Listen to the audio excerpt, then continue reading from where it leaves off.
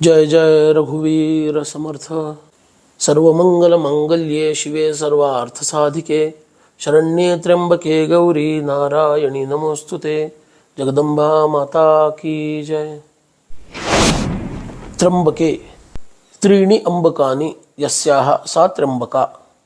जिला 3 डोळे आहेत अशी। ते 3 डोळे कोणते आहेत? चंद्र, सूर्य आणि अग्नी हे ते 3 डोळे आहेत। त्र्यंबकाचा आणखी एक अर्थ आहे। अंब याचा अर्थ सांगितला ज्ञान।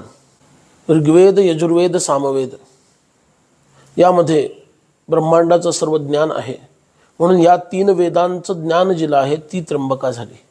त्याचबरोबर 3 नेत्र सांगितले, चर्मचक्षु, दिव्यचक्षु आणि ज्ञानचक्षु।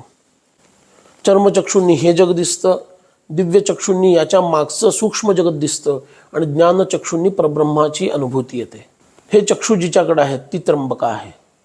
अब शब्दाचा अर्थ उच्चार असाही सांगितलेला आहे, म्हणून जी 3 वेदांचा उच्चारण करते ती देवी सुद्धा त्र्यंबका झाली। आणि अकार, उकार, मकार यांनी युक्त असणारा ओंकार म्हणजे ओम याचा जी उच्चार करते ती सुद्धा त्र्यंबका झाली। त्याचबरोबर 3 स्थानं पृथ्वी, अंतरिक्ष आणि स्वर्ग या 3 स्थानांवर जिचं वर्चस्व आहे, अधिपत्य आहे, अशी सुद्धा त्र्यंबका देवी, तिला त्र्यंबक असं म्हटलं। भगवान शिवशंकरांचं नाव त्र्यंबक असं आहे। त्यांची अर्धांगिनी म्हणून त्र्यंबका याही अर्थानं तिला त्र्यंबका म्हटलं।